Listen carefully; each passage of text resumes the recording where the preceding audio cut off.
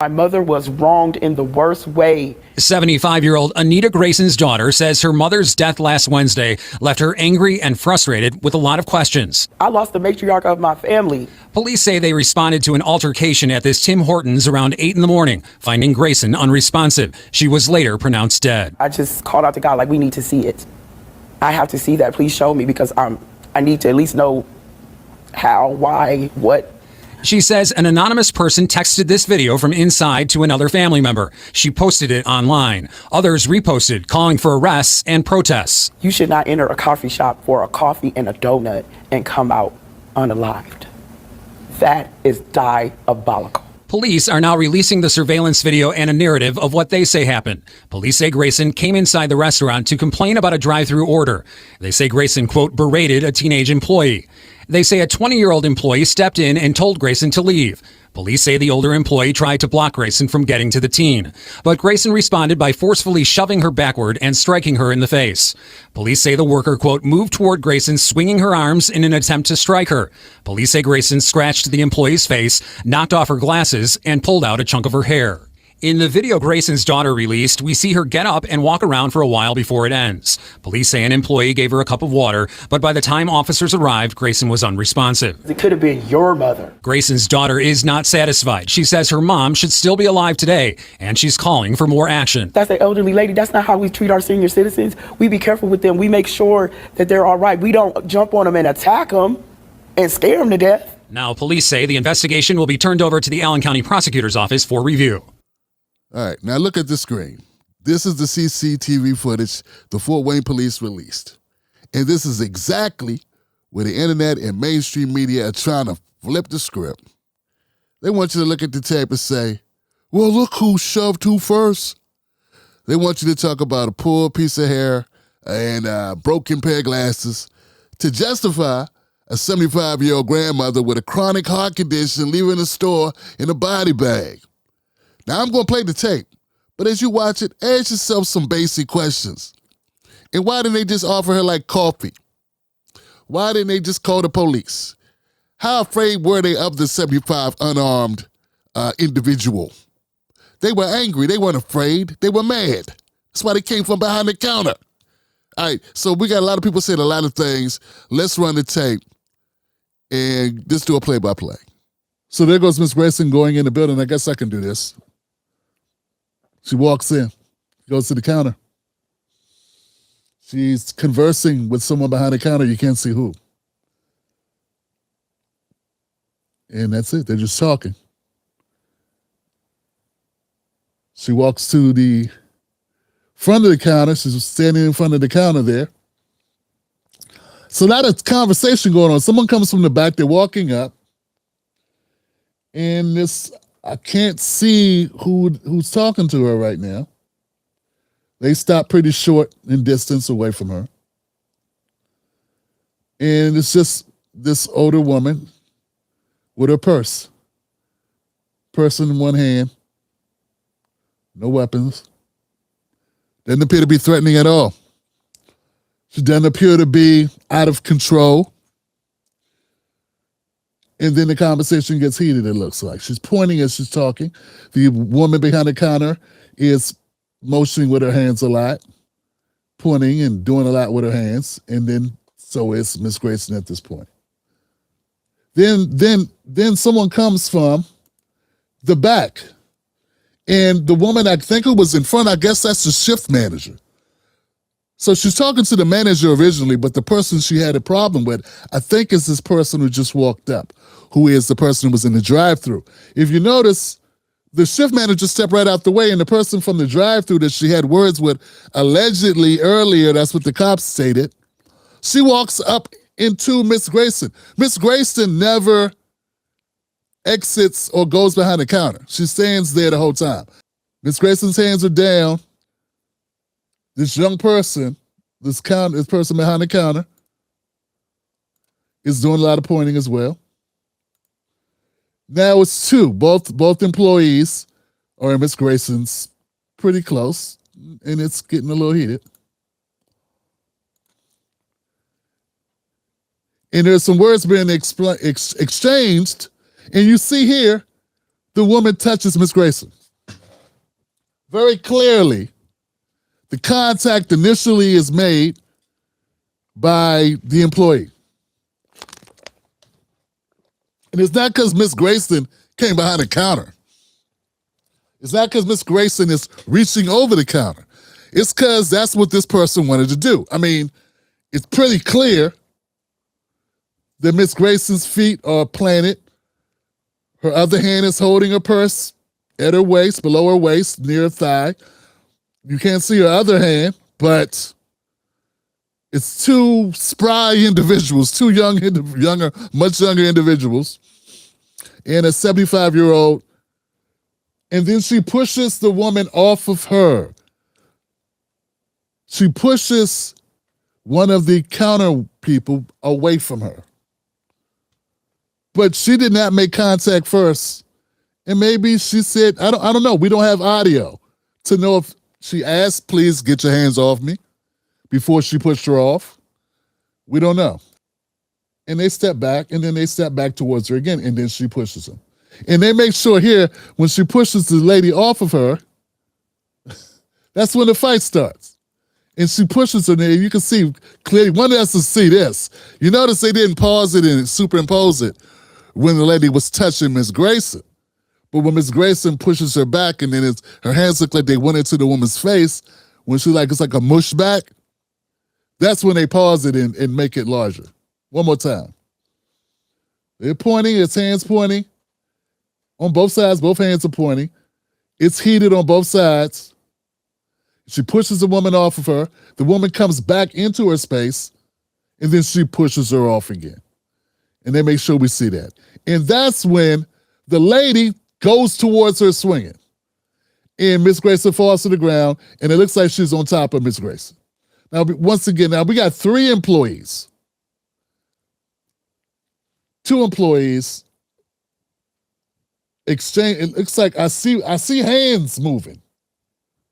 I see hands moving, and I see one employee look like they may be trying to break it up to get the employee off of Miss Grayson.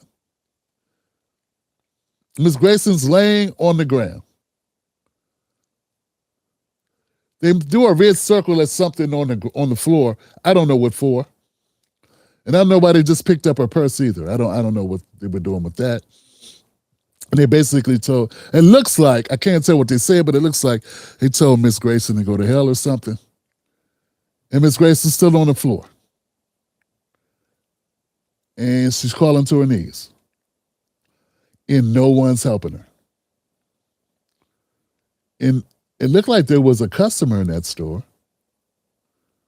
who just stood there while Miss Grayson is still sitting on the floor.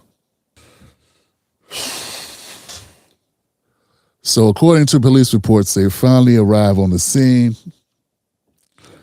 and Mrs. Grayson loses consciousness, and she passes away. Red report says she had a congestive heart issue, and they haven't released the cause of death yet. If a 75-year-old woman pushed me, I don't think I'd feel the need to knock her out.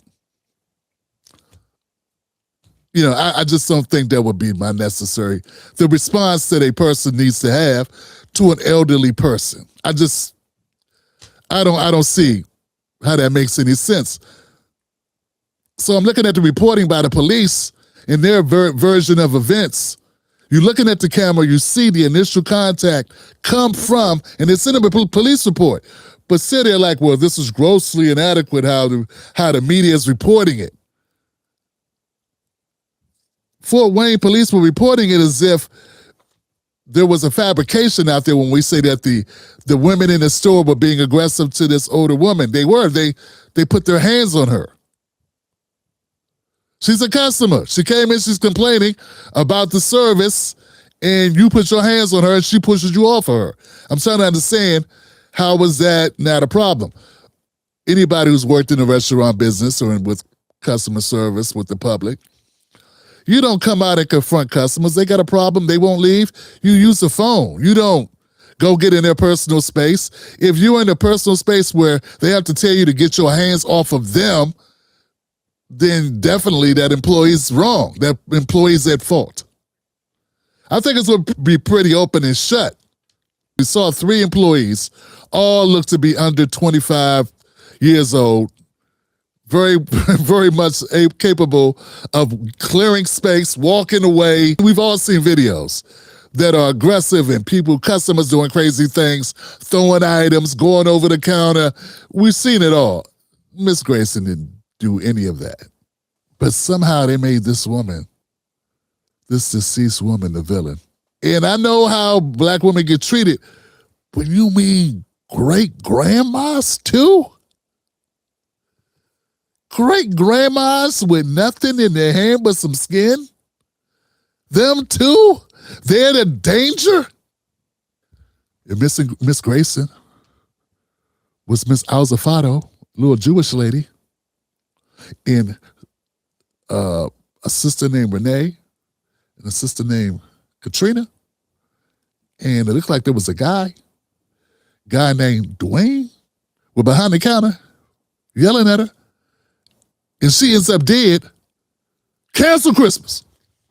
No conversation, over. No one would say, why did she brought this on herself? She was arguing with them. It looks like she may have pushed one and her hand went into her face. No one would bring that up. They'd be like, obviously she's a 75-year-old woman. Why are you picking on her? Why are you bullying her, you animals?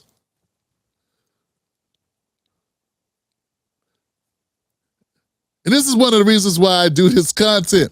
This is one of the reasons why my changes in my content over the last 10 years have been well worth it, because this is one of those stories that if I would have done it 10 years ago around some people, they would have humored me, but they wouldn't have felt what I was saying. They would have understood it cognitively. They would have understood the concepts, but they wouldn't have related to it because it's not their existence. They would feel bad, but they would keep writing me notes like, I feel bad about what I saw, which is human, and that's great. But it hits a different level when you got a black grandma. It hits a different level when you have black parents. It hits a different level when this is our actual existence. And we know damn well, if that was a white woman, a 75-year-old white woman, and some women in their mid-20s beat her to death, case closed, face closed. Wouldn't even have to have a conversation. There'd be no conversation to have. And you know what? There would be a lot of black people that would co-sign. There would be no conversation needed to be had. We're so jacked up, and I want to thank Miss Grayson's daughter. Thank you, sister, for not coming out here and apologizing for your mom. Thank you so much, sister. Oh, it breaks my heart when the victims of violence cannot even be respected in death. They have to be apologized for dying, allowing themselves to be killed. We have to apologize to the aggressors, to the victimizers, that our child or husband or wife was there to be killed.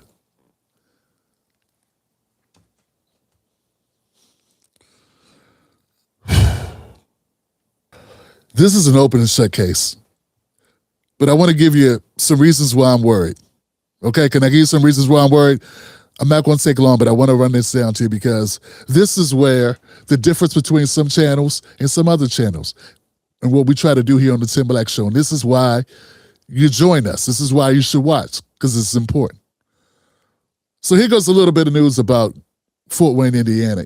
Fort Wayne, Indiana was not a sundown town, but it's surrounded by a lot of sundown towns. These are towns where historically black people could not be in them after dark.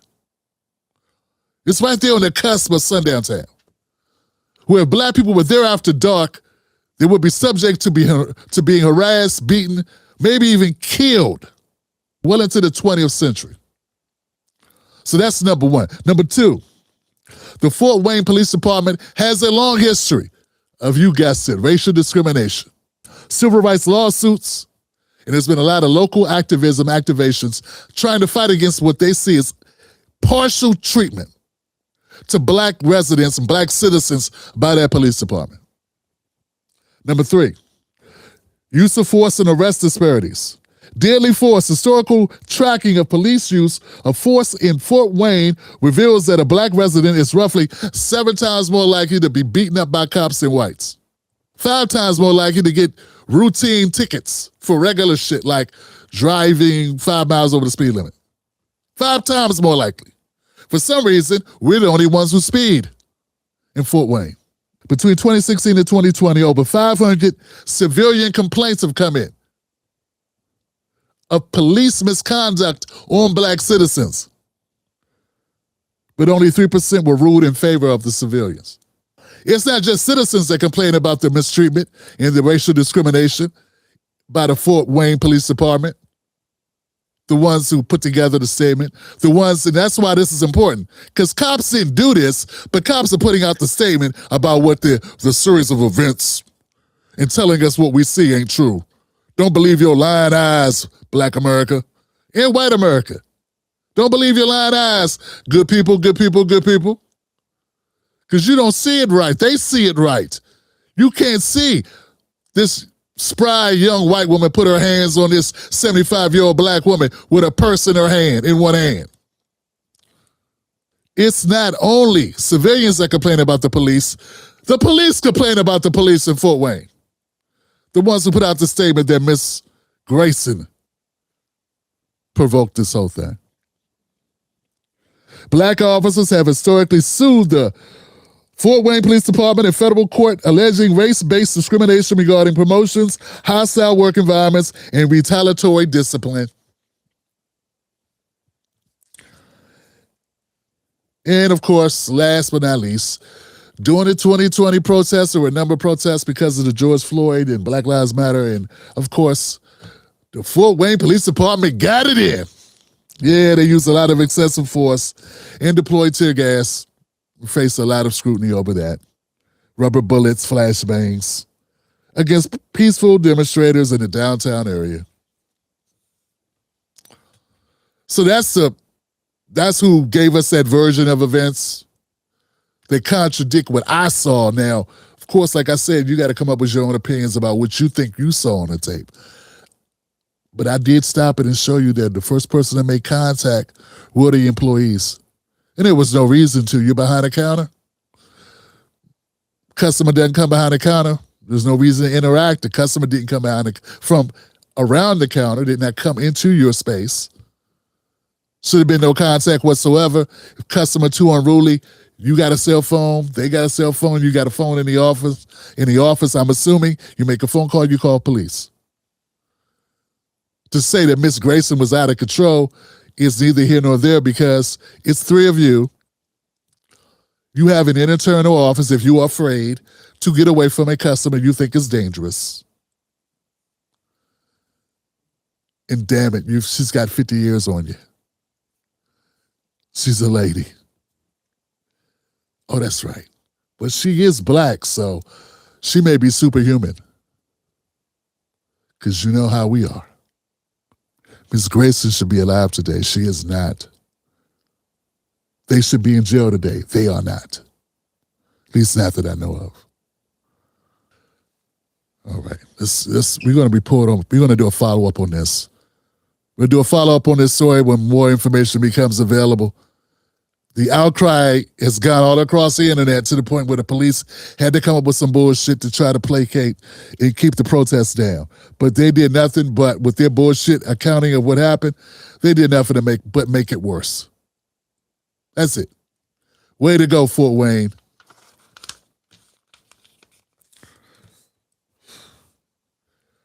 All right. Let me know what you think in the comments section, fam. I really want to know. We're going to do follow-ups. Maybe this will be the video that if we get comments that bring engagement, then we'll make a Wolfpack roll call and we'll feature some of those comments I think this story is very much worth it, don't you?